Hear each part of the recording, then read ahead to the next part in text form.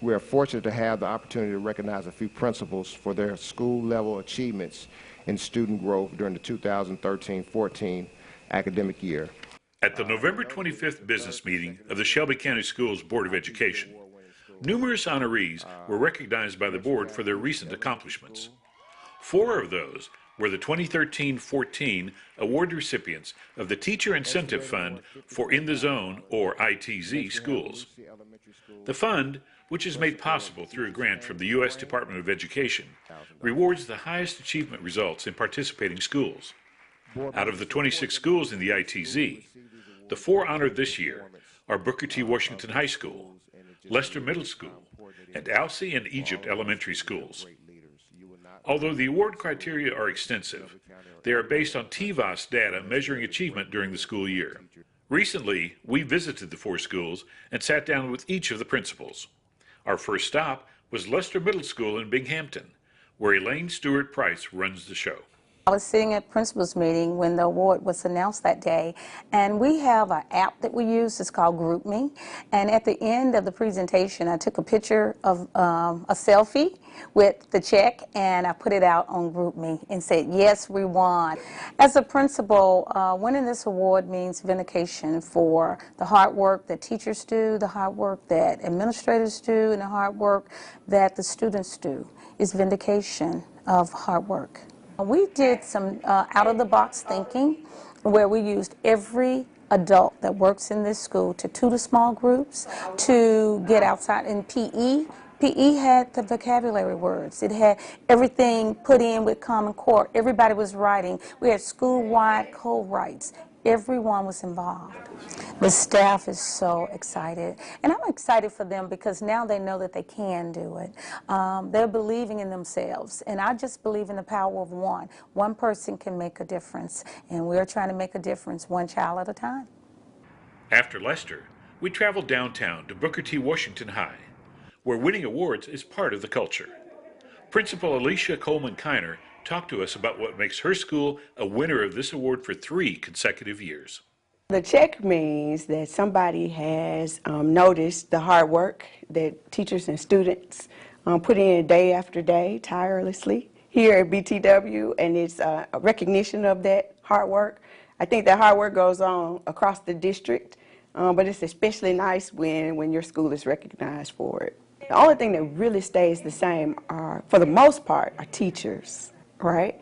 Kids change every year, especially in high school for tests. When you're in elementary school, the test pretty much remains the same. And so what we have to learn is to be mobile or fluid, just like kids. And when you truly differentiate instruction according to where kids are, then the formula that takes them to where they need to be does not have to change, but where they start every year will change, and you have to be amenable to that. The first semester is all about getting to know kids and making sure needs are met. It's been well said over and over again that they don't care how much you know until they know how much you care. And so this is our time to prove to them that we care. And so then when it's test time, they prove to us that they care about us. You know, I just think that I just have the best teachers ever, and I'm not just saying that. I really think it. I believe that they are super and that they can teach rocket science to a cockroach. If we get the cockroach in the classroom, they can teach them rocket science. And so I think that really distinguishes us from other schools. From downtown, we headed to Orange Mound and Alsea Elementary School. Principal Sonia Payne had high praise for her community partners and supporters, stressing that the gains made at Alsea involve contributions from everyone. I tell my students, as well as my parents, your situation doesn't determine your destination. So once you're here at Alsea, I tell the staff, you change the ambiance of your classroom, you make sure it's child-centered and inviting, and whatever you're going through at home, I tell the students, this is your way out. This is the foundation to help you go higher and higher from your situation. And so the adopters, they believe in the vision. They come in. I tell them the doors are open. You don't have to have an appointment with me. Just come in. A lot of times we want money, and yes, we could use it, but I told them I'm big on human capital. I need bodies to help assist teachers in the classroom. So community stakeholders, they come in to tutor. We even have one of our doctors that pays their their employees to come in and tutor our students during the school day. The secretary, the school building engineer, the cafeteria staff. I've met with them and said, we're nothing without you. Take for instance, the building engineer. I said, I wouldn't want to come to work if the building is not clean.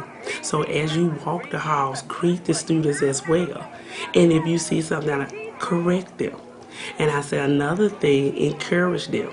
Have small conversations. How was your day today? I said that will let them know that not only my teachers are going to be concerned, the building engineer is going to be concerned. All are part of the village. There is no one person. There is no me. I said we are a team, and no one person could ever make this be successful. It's a team effort. Our tour of schools ended in Raleigh at Egypt Elementary. Deanna Pruitt, a first-time principal, talked about the challenges in the school with a majority population of ESL students. We're 2/3 Hispanic population here.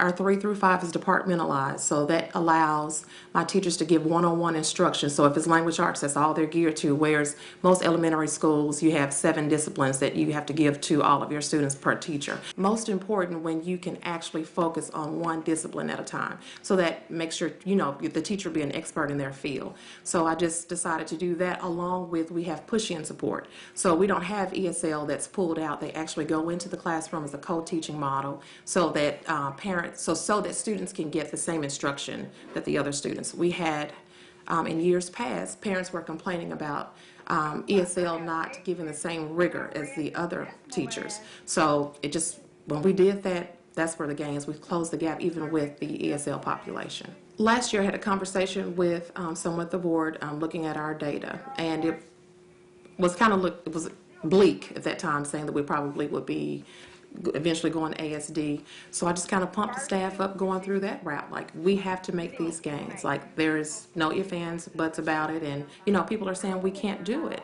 We have great teachers here. We have great students here. And we need to be able to show the world that we can. So that was ultimately our motto. And actually, our motto at the end of the year for the students before they took the TCAP was, we're going to show the world. So they just bought into it. As we've seen, there are similarities between all of these schools. A strong principal who appreciates her entire school staff, from teachers to cafeteria workers to custodians. Involve community partners, and not least, students that have bought into the effort to improve. And the last lesson learned by observing these principles in schools is that accomplishment on this scale is the result of continuous and intensive effort. Quite simply, quit is not part of the vocabulary of any of these principals or schools. Leicester Middle School won the state championship for small basketball for 3 years, but we want our students to win on the court and off the court.